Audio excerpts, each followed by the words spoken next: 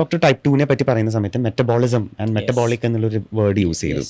Diabetes is like the number 1 metabolic disorder എന്ന് പറഞ്ഞു കഴിഞ്ഞാൽ ഇസ് ദാറ്റ് റൈറ്റ്? അപ്പോൾ ഒരു ശരാശരി മലയാളിക്ക് ഡയബറ്റീസ് ആയെങ്കിൽ എന്ത് ചെയ്യണമെന്ന് അറിയാഞ്ഞിട്ടല്ല, ലിറ്ററേറ്റ് ആണ്. But still we are almost number 1 when it comes to diabetes in India. Why is that so? അതുകൊണ്ട് നമുക്ക് മലയാളം പൂർണ്ണമായും കുറ്റം പറയാൻ പറ്റില്ല. പക്ഷേ നമുക്ക് എപ്പോഴും നമ്മൾ കുറച്ചുകൂടി കെയർഫുൾ ആണ്. പറയുമല്ലോ, നമുക്കൊരു ഡേഞ്ചറസ് ആയിട്ടുള്ള ഒരു ഏരിയയിൽ നമ്മൾ സഞ്ചരിക്കുമ്പോൾ കൂടുതൽ കെയർഫുൾ ആകുന്ന പോലെ നമ്മൾ കൂടുതലായിട്ട് കെയർഫുൾ ആവണം ഡയബറ്റീസ് വരാതിരിക്കാൻ വേണ്ടിയിട്ട്. എസ്പെഷ്യലി നമുക്ക് ഈ വർഷത്തെ theme actually diabetes and wellbeing എന്നുള്ളത് തന്നെയാണ്.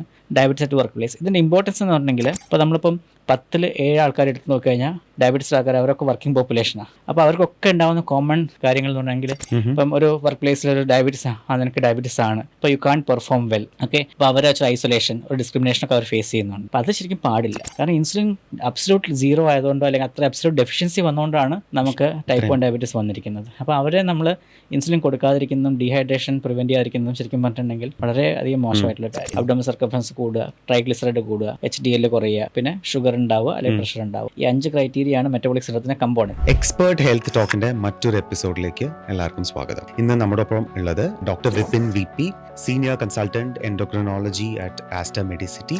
Doctor Vipin, thank you for your time and welcome to this talk. Thank you. Doctor, നമ്മൾ ഈ വരുന്ന 14-ാം തീയതി, നവംബർ 14-ാം തീയതി വേൾഡ് ഡയബറ്റീസ് ഡേ ആണ്. മലയാളികളെ സംബന്ധിച്ചിടത്തോളം we are the most literate state in India. അപ്പോൾ ഒരു ശരാശരി മലയാളിക്ക്, ഡയബറ്റിക് ആയ ഒരു മലയാളിക്ക് മധുരം കുറയ്ക്കണം, അല്ലെങ്കിൽ പച്ചക്കറി കഴിക്കണം, അല്ലെങ്കിൽ സമയത്തിന് കിടന്നുറങ്ങണം, എക്സസൈസ് ചെയ്യണം, ഇതൊന്നും പറഞ്ഞു കൊടുക്കേണ്ട ആവശ്യമില്ല, right? But still national average, അപ്പോൾ India is fast becoming the diabetes capital of the world. അതിൽ ഇന്ത്യയിൽ തന്നെ ഡയബറ്റിക് പ്രിവലൻസിന്റെ ഡബിൾ ആണ് കേരളവും മറ്റ് സൗത്ത് ഇന്ത്യൻ സ്റ്റേറ്റ്സ് എല്ലാം. അപ്പോൾ ഒരു ശരാശരി മലയാളിക്ക് ഡയബറ്റീസ് ആയെങ്കിൽ എന്ത് ചെയ്യണമെന്ന് അറിയാഞ്ഞിട്ടല്ല, ലിറ്ററേറ്റ് ആണ്. But still we are almost number 1 when it comes to diabetes in India. Why is that so? അത് നമ്മൾ മലയാളിനെ പൂർണ്ണമായിട്ട് കുറ്റം പറയാൻ പറ്റില്ല. കാരണം ഇപ്പം നമ്മളുടെ prevalence, national prevalence of diabetes എടുത്ത് നോക്കിക്കഴിഞ്ഞിട്ടുണ്ടെങ്കിൽ Keralam 1 among the highest prevalence state ആണ്. തമിഴ്നാട് ഉണ്ട്, പിന്നെ നോർത്ത് ഇന്ത്യയിലാണ് പഞ്ചാബ് ഉണ്ട്, അതുപോലെ നമ്മുടെ സൗത്ത് ഇന്ത്യൻ സ്റ്റേറ്റ്സ് കുറച്ചും കൂടെ കൂടുതലാണെന്ന് മാത്രം. അപ്പം ഇതിനൊരു പ്രത്യേക കാരണമുണ്ട്. അപ്പം നമ്മളിപ്പം എത്രയൊക്കെ കെയർഫുൾ ആയി കഴിഞ്ഞാലും നമ്മൾ പറയില്ലേ, ചില മോഡിഫൈബിൾ ഫാക്ടേഴ്സ് ഉണ്ട്, ചില നോൺ മോഡിഫൈബിൾ ഫാക്ടേഴ്സ്. അപ്പം മോഡിഫൈബിൾ ഫാക്ടേഴ്സ് ആണ് നമ്മൾ പറയുന്ന പോലെ ഭക്ഷണം, എക്സസൈസ്, ലൈഫ് സ്റ്റൈലൊക്കെ. ചില നോൺ മോഡിഫൈബിൾ ഫാക്ടേഴ്സ് ഉണ്ട്, അതായത് നമ്മുടെ ജെനറ്റിക്സ്. അപ്പം നമുക്കറിയാം, നമുക്ക് സൗത്ത് ഏഷ്യൻ ഫിനോടൈപ്പ് എന്ന് സാധനമാണ്. അതായത് നമുക്ക് ആവറേജ് ആയിട്ടുള്ളൊരു സൗത്ത് ഇന്ത്യൻ ആണെങ്കിലും മലയാളം എടുത്തു കഴിഞ്ഞിട്ടുണ്ടെങ്കിൽ, നമ്മളിപ്പോൾ കൊക്കേഷ്യൻസ് ഒക്കെ നോക്കുകയാണെങ്കിൽ അവരുടെ BMI അപേക്ഷിച്ച് നോക്കും, നമ്മളെ BMI ഉണ്ടെങ്കിലും അത് ഈക്വൽ എടുത്തു കഴിഞ്ഞാൽ പോലും നമ്മുടെ അബ്ഡോമിനൽ സർക്കംഫറൻസ് അല്ലെങ്കിൽ വേസ്റ്റ് സർക്കംഫറൻസ് കൂടുതലായിരിക്കും, അബ്ഡോമിനൽ ഒബീസിറ്റി കൂടുതലായിരിക്കും. നമ്മൾ പറയും ആ അബ്ഡോമിനൽ ഒബീസിറ്റി ആണ് ബേസിക്കലി ഇതിൻ്റെ എല്ലാത്തിൻ്റെയും തുടക്കം. അപ്പം അവിടെ ഇൻസുലിൻ റെസിസ്റ്റൻസ് വരും, അങ്ങനെ ഡയബറ്റീസ് ഉണ്ടാവാനുള്ള സാധ്യത കൂടും. സ്റ്റഡീസ് ഒക്കെ എന്താ കാണിക്കുന്നത് പറഞ്ഞിട്ടുണ്ടെങ്കിൽ നമുക്ക് പ്രിവലൻസ് കൂടുതലെന്ന് മാത്രമല്ല, ഏജ് ഓഫ് ഓൺസെറ്റ് അവരെക്കാട്ടും ഒരു 10 വർഷം മുമ്പേ നമുക്ക് ഡയബറ്റീസ് വരുന്നുണ്ട്. രണ്ടാമത് നമുക്കുള്ള കോംപ്ലിക്കേഷൻ റേറ്റ് അതും അവരെക്കാട്ടും ഒരു 10 വർഷം മുമ്പേ നമുക്ക് വരുന്നുണ്ട്. അപ്പം ഇതൊക്കെ കാണിക്കുന്നത് എന്താണെന്ന് പറഞ്ഞിട്ടുണ്ടെങ്കിൽ നമുക്ക് നോൺ മോഡിഫൈബിൾ ആയിട്ടുള്ള കുറേ കാരണങ്ങൾ, ജനറ്റിക് ഫാക്ടേഴ്സ് നമുക്കുണ്ട് ഡയബറ്റീസ് വരാൻ വേണ്ടിയിട്ടെന്നുള്ളതാണ് കാണിക്കുന്നത്. അതിന് ഒരുപാട് സ്റ്റഡീസ് ഒക്കെ നടത്തുന്നുണ്ട്, ജീൻസ് നമുക്ക് ലോക്കലൈസ് ചെയ്യാൻ പറ്റും. പക്ഷേ ഇതൊരു സിംഗിൾ ജീൻ ഡിസോർഡർ അല്ല, multiple genes are contributing towards this one. അതുകൊണ്ട് നമുക്ക് മലയാളം പൂർണ്ണമായും കുറ്റം പറയാൻ പറ്റില്ല. പക്ഷേ നമുക്ക് എപ്പോഴും നമ്മൾ കുറച്ചുകൂടി കെയർഫുൾ ആണ്. പറയുമല്ലോ, നമുക്കൊരു ഡേഞ്ചറസ് ആയിട്ടുള്ള ഒരു ഏരിയയിൽ നമ്മൾ സഞ്ചരിക്കുമ്പോൾ കൂടുതൽ കെയർഫുൾ ആകുന്ന പോലെ നമ്മൾ കൂടുതലായിട്ട് കെയർഫുൾ ആവണം ഡയബറ്റീസ് വരാതിരിക്കാൻ വേണ്ടിയിട്ട്. എസ്പെഷ്യലി നമുക്ക് ഓവർ വെയിറ്റ് ഉണ്ട്, ഒബീസിറ്റി ഉണ്ട്, വയറിൽ ഫാറ്റ് കൂടുതലുണ്ട്, ഫാമിലി ഹിസ്റ്ററി ഉണ്ട്, നമ്മളുടെ ജോലി ഒരു സെഡൻറ്ററി ലൈഫ് സ്റ്റൈൽ പോലുള്ള സാധനങ്ങളാണ് ഉണ്ടാവുന്നതെങ്കിലൊക്കെ നമ്മൾ കുറച്ചുകൂടി കെയർഫുൾ ആവണം. അപ്പോൾ അതിന് നമ്മൾ സ്ക്രീനിങ് ചെയ്യണം, ഷുഗർ ഉണ്ടോ എന്ന് നോക്കണം, അത് വരാതിരിക്കാൻ വേണ്ടി നമ്മൾ ശ്രമിക്കണം. അതാണ് അതിൻ്റെ ഒരു സ്പിരിറ്റ്. ഈ 14th വേൾഡ് ഡയബറ്റിക് ഡേ ആണ്. അപ്പോൾ വേൾഡ് ഡയബറ്റീസിന്റെ ഡേയുടെ ഈ കൊല്ലത്തെ തീം എന്ന് പറയുന്നത് diabetes and wellbeing and managing diabetes at work place അല്ലേ? അപ്പോൾ could you elaborate a little more on why such a theme? കാരണം നമുക്കറിയാം, നവംബർ 14 വേൾഡ് ഡയബറ്റീസ് ഡേ WHO-ൻ്റെയും ഇന്റർനാഷണൽ ഡയബറ്റീസ് ഫെഡറേഷനും കൂടി ഒരു ആഘോഷിക്കുന്ന ഒരു സംഭവമാണ്. അത് ബേസിക്കലി അതിൻ്റെ ഒരു ലോഗോ ഒരു blue circle, it indicates unity to fight against diabetes എന്നുള്ളതാണ്. ഓരോ വർഷവും അവരൊരു തീം ഇറക്കും. ആ തീമിന് വേണ്ടിയിട്ടാണ് ആ ഒരു 1 ഇയറിലെ മൊത്തം ആക്ടിവിറ്റീസും വേൾഡ് ഓവർ നടക്കുന്നത്. അപ്പോൾ ഈ വർഷത്തെ theme actually diabetes and wellbeing എന്നുള്ളത് തന്നെയാണ്, ഡയബറ്റീസ് അറ്റ് വർക്ക് പ്ലേസ്. ഇതിൻ്റെ ഇമ്പോർട്ടൻസ് എന്ന് പറഞ്ഞിട്ടുണ്ടെങ്കിൽ, നമ്മൾ കാണുന്ന പേഷ്യൻസ് പലരും നമ്മൾ പറയാറുണ്ട്, സാർ ഈ പറയുന്ന ഡയറ്റ് കൺട്രോളും എക്സസൈസും ഒക്കെ നമ്മൾ വർക്ക് ചെയ്യുന്ന സ്ഥലത്ത് ബുദ്ധിമുട്ടാണ്. എക്സാമ്പിൾ, ഞാനൊരു ബാങ്ക് എംപ്ലോയി ആണ്, എനിക്ക് സീറ്റിലിരുന്ന് കഴിഞ്ഞാൽ എനിക്ക് ഭക്ഷണം കഴിക്കാനോ സമയത്ത് എണീക്കാനോ പറ്റാറില്ല. അപ്പം ഇതേപോലെ തന്നെയാണ് പലരുടെയും അവസ്ഥ. ചിലർ സൂപ്പർ മാർക്കറ്റിൽ വർക്ക് ചെയ്യുന്ന ആൾക്കാരായിരിക്കും, ചിലർ അച്ഛനുണ്ടെങ്കിൽ അല്ലെങ്കിൽ CEO ടൈപ്പ് ഓഫ് പോസ്റ്റ് ആയിരിക്കും. എല്ലാവരുടെയും പ്രശ്നം വർക്ക് പ്ലേസിൽ ഡയബറ്റീസ് മാനേജ് ചെയ്യുക എന്നുള്ളതാണ്. അപ്പോൾ നമ്മളിപ്പം 10 7 ആൾക്കാർ എടുത്ത് നോക്കിക്കഴിഞ്ഞാൽ ഡയബറ്റീസ് ആൾക്കാർ അവരൊക്കെ വർക്കിംഗ് പോപ്പുലേഷനാണ്. അപ്പോൾ അവർക്കൊക്കെ ഉണ്ടാകുന്ന കോമൺ കാര്യങ്ങൾ എന്ന് പറഞ്ഞെങ്കിൽ anxiety about diabetes mellitus. Diabetes ഉണ്ടെന്നുള്ളത് വർക്ക് പ്ലേസിൽ പറയാൻ പാടുമോ ഇല്ലയോ എന്നുള്ളത്. മൂന്നാമത്തെ കാര്യം, അത് ഡയബറ്റീസ് വർക്ക് പ്ലേസിൽ എങ്ങനെ മാനേജ് ചെയ്യും. പലരും പറഞ്ഞാൽ സാറേ അപ്പം സാർ ഒരു 6 days ഞാൻ വർക്കിംഗ് ആണ്, ബാക്കി ഒരു ദിവസം മാത്രമേ സാർ പറയുമ്പോൾ ഡയറ്റും എക്സസൈസും ഒക്കെ എനിക്ക് പാലിക്കാൻ പറ്റാറുള്ളൂ. ഇതിനെക്കാട്ടും കഷ്ടമാണ് ഇൻസുലിൻ എടുക്കുന്ന ആൾക്കാർ. ഇൻസുലിൻ സ്റ്റോർ ചെയ്യാനൊരു പ്ലേസോ അല്ലെങ്കിൽ അത് ഷുഗർ നോക്കാനുള്ള സമയമോ അല്ലെങ്കിൽ സന്ദർഭങ്ങളോ അവർക്കില്ല. ഇതാണ് ബുദ്ധിമുട്ട്. അപ്പം നമ്മളും എപ്പോഴും പറഞ്ഞിട്ടുണ്ടെങ്കിൽ ഇതിന് പുറമെ ഒരു കാര്യം കൂടി ഉണ്ട് അവർക്ക്. ഇപ്പോൾ ഡയബറ്റീസ് ഉണ്ടെന്ന് പറഞ്ഞു കഴിഞ്ഞാൽ കുറച്ച് ഡിസ്ക്രിമിനേഷൻ അവർ ഫേസ് ചെയ്യേണ്ടി വരും. ഇപ്പം ഒരു വർക്ക് പ്ലേസിൽ ഒരു ഡയബറ്റീസ് നിനക്ക് ഡയബറ്റീസ് ആണ്, അപ്പോൾ യു കാൺ പെർഫോം വെൽ, ഓക്കെ, അപ്പോൾ അവരെ ഐസൊലേഷൻ ഒരു ഡിസ്ക്രിമിനേഷൻ ഒക്കെ അവർ ഫേസ് ചെയ്യുന്നുണ്ട്. അപ്പോൾ അത് ശരിക്കും പാടില്ല. ഡയബറ്റീസ് ഒരാൾക്ക് വെൽ ആയിട്ട് നമ്മൾ മാനേജ് ചെയ്യുകയാണെന്നുണ്ടെങ്കിൽ അവരുടെ working efficiencies as equal to any other person.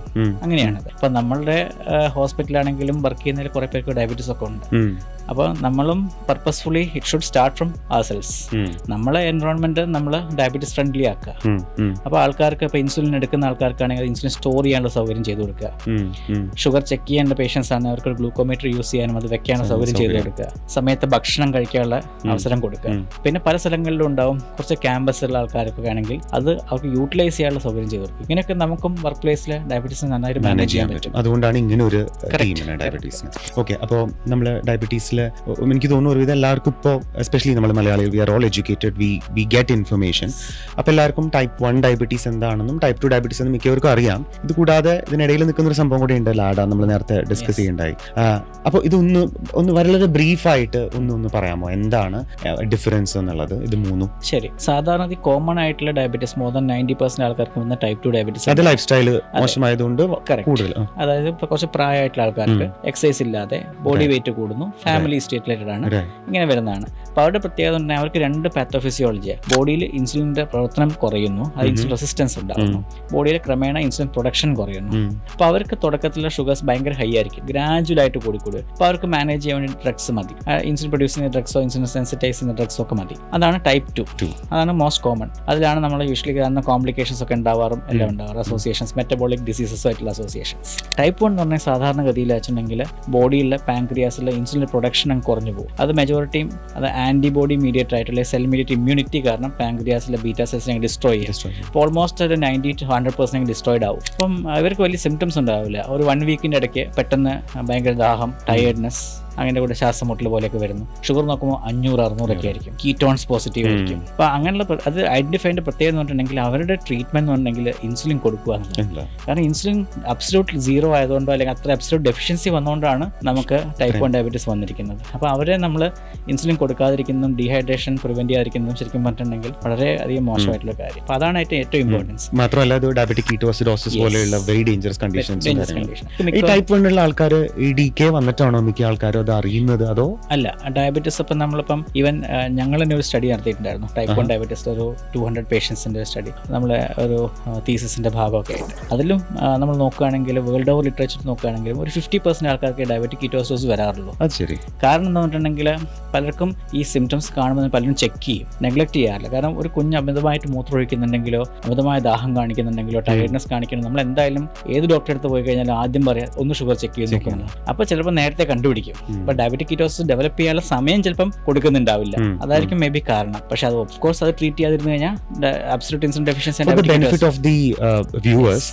Diabetic ketoacidosis എന്ന വളരെ സിമ്പിൾ ആയിട്ട് ഒന്ന് പറയാമോ? അതെന്താന്ന് പറഞ്ഞിട്ടുണ്ടെങ്കിൽ നമ്മുടെ ബോഡിയിൽ ഗ്ലൂക്കോസ് ഉണ്ടാവുമല്ലോ, ആ ഗ്ലൂക്കോസ് യൂട്ടിലൈസ് ചെയ്യണമെങ്കിൽ നമുക്ക് എന്താ വേണ്ടേ? ഇൻസുലിൻ വേണം. അപ്പോൾ ഇൻസുലിൻ കൊടുക്കുന്ന സമയത്തല്ലേ ബോഡിയിൽ ഇൻസുലിൻ എന്താ ചെയ്യാൻ ഈ ഗ്ലൂക്കോസിനെ സെല്ലുകളിലേക്ക് എടുക്കുകയും അത് യൂട്ടിലൈസ് ചെയ്യുക ചെയ്യുന്നത്. പിന്നെ കുറച്ച് ഗ്ലൂക്കോസ് യൂറിൻ വഴി നമ്മൾ കളയുകയും ചെയ്യും. അങ്ങനെയാണ് ശരിക്കും പറഞ്ഞാൽ ഗ്ലൂക്കോസ് ഡിസ്പോസൽ ബോഡി സംഭവം. ഈ ഷുഗർ ഭയങ്കര ഹൈ ആയി നിൽക്കുമ്പം ഇൻസുലിൻ ഇല്ലെങ്കിൽ ഇത് സെല്ലിലേക്ക് എടുക്കുന്നൊരു പരിധിയുണ്ട്, ഗ്ലൂക്കോസ് യൂറിൻ വഴി പോകുന്നൊരു പരിധിയുണ്ട്. ബാക്കിയുള്ള ഗ്ലൂക്കോസ് എന്ത് സംഭവിക്കും? അത് കീറ്റോൺ ബോഡി ആയിട്ട് കൺവേർട്ട് ചെയ്യപ്പെടും. ആ കീറ്റോൺ ബോഡി എന്ന് പറഞ്ഞിട്ടുണ്ടെങ്കിൽ കുറച്ചും കൂടി ഡേഞ്ചറസ് ആണ്. അപ്പോൾ അതുകൊണ്ടാണ് നമുക്ക് ഭയങ്കരമായിട്ട് ഡീഹൈഡ്രേഷൻ വരുന്നതും നമ്മുടെ സെല്ലുകളിൽ കുറേ ഡാമേജസ് വരുന്നത്. വരുന്നതും, അതുപോലെ നമുക്ക് ആക്ച്വലി കീറ്റോൺ ബോഡി നമുക്ക് ആക്ച്വലി ശ്വാസം മുട്ടൽ പോലെ ഉണ്ടാക്കുന്നത്, ഇത് ബ്രെയിൻ എഡീമ ഉണ്ടാക്കുന്നത്, അങ്ങനെ ലൈഫ് ത്രെറ്റനിങ് കണ്ടീഷൻ. അതെ, ഇപ്പം നമ്മൾ ടൈപ്പ് 1 ടൈപ്പ് 2 പറഞ്ഞു, ഇടയിലുള്ള ലാഡ. അതെ, ഈ ലാഡ ടൈപ്പ് ഓഫ് ഡയബറ്റീസ് എന്ന് ശരിക്കും ട്രിക്കിയാണ്. അത് നമ്മൾ സാധാരണ ഇതിൽ ആ പേഷ്യൻസ് വരിക എന്ന് പറഞ്ഞിട്ടുണ്ടെങ്കിൽ ഒരു ടൈപ്പ് 2 പോലെ ആയിരിക്കും ഉണ്ടാവുക. നമ്മൾ നോക്കുമ്പോൾ ഷുഗേഴ്സ് അധികം കൂടുതലൊന്നും ഉണ്ടാവില്ല, നമുക്ക് കുറച്ച് കാലം ഡ്രഗ്സിനോട് റെസ്പോണ്ട് ചെയ്യും. പക്ഷേ വിത്തിൻ ഒരു 6 months to 1 year ടൈമിൽ നമുക്കറിയാം ആ ഷുഗർ പെട്ടെന്ന് വരുന്ന കൂടാൻ തുടങ്ങും, ഡ്രഗിനോട് റെസ്പോൺസ് പെട്ടെന്ന് അധികം കുറയും. പിന്നെ നമ്മൾ അത് ചെക്ക് ചെയ്ത് നോക്കുമ്പോൾ പാൻക്രിയാസിന് antibodies positive, GAD65 antibody, insulin antibody, zinc transporter 8 antibody, antibodies ഒക്കെ അത് പോസിറ്റീവായിട്ട് വരും. അവരുടെ ഇൻസുലിൻ പ്രൊഡക്ഷൻ മെഷർ ചെയ്യുന്ന ഒരു സാധനമുണ്ട്, സി പെപ്റ്റൈഡ്. ആ സി പെപ്റ്റൈഡിന്റെ ലെവൽ കുറവായിരിക്കും. അപ്പം ലോ സി പെപ്റ്റൈഡ് ആയിരിക്കും, ആൻറ്റിബോഡി പോസിറ്റീവ് ആയിരിക്കും. വിത്തിൻ 1 year ഓഫ് ഡയഗ്നോസിസ് അവർ ഇൻസുലിൻ ഡിപ്പെൻഡൻ്റ് ആയി മാറും. അതാണ് ഈ ലാഡ അല്ലെങ്കിൽ latent autoimmune diabetes of adult എന്ന സാധനം. അപ്പോൾ അത് നമുക്ക് മിസ് ചെയ്യും, പലരും മിസ് ചെയ്യാൻ സാധ്യതയുണ്ട്. പലപ്പോഴും ആയിരിക്കും ഇത് പേഷ്യൻ്റെ ലൈഫ് സ്റ്റൈൽ കൊണ്ടാണ് ഈ ഷുഗർ കൺട്രോൾ ആവാത്തത്, അല്ലെങ്കിൽ അവർ മരുന്ന് മര്യാദ കഴിക്കാത്തതുകൊണ്ടാണ്, അല്ലെങ്കിൽ ഭക്ഷണം കൂടുതൽ കഴിക്കാത്തതുകൊണ്ടാണെന്നൊക്കെ വിചാരിച്ചിട്ട് നമ്മൾ പിന്നെ മരുന്ന് കൂട്ടിക്കൊണ്ട് മാത്രമേ ഇപ്പോൾ കാര്യം ഉണ്ടാവും. ചുരുക്കി പറഞ്ഞാൽ ടൈപ്പ് 2 പോലെ ഇനീഷ്യലി പ്രസന്റ് ചെയ്യും, over a period of time antibodies positive ആണ്, it kind of starts moving more towards the type 1 aspect. Doctor type 2 പറ്റി പറയുന്ന സമയത്ത് മെറ്റബോളിസം ആൻഡ് മെറ്റബോളിക് എന്നുള്ളൊരു വേർഡ് യൂസ് ചെയ്തു.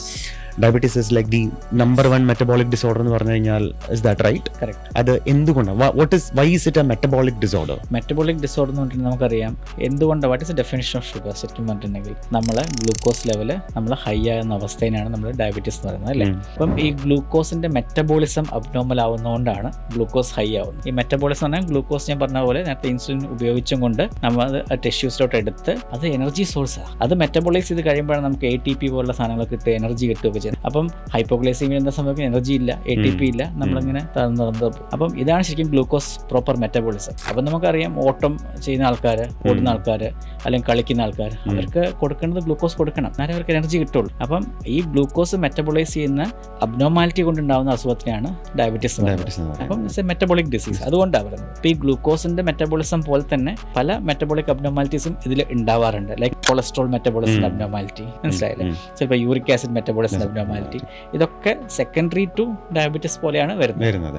അതുകൊണ്ടാണ് ഇതെല്ലാം life style or metabolic syndromes എന്ന് പറയുന്നത്. അതിൽ നമ്പർ 1 ഇസ് ദിസ്.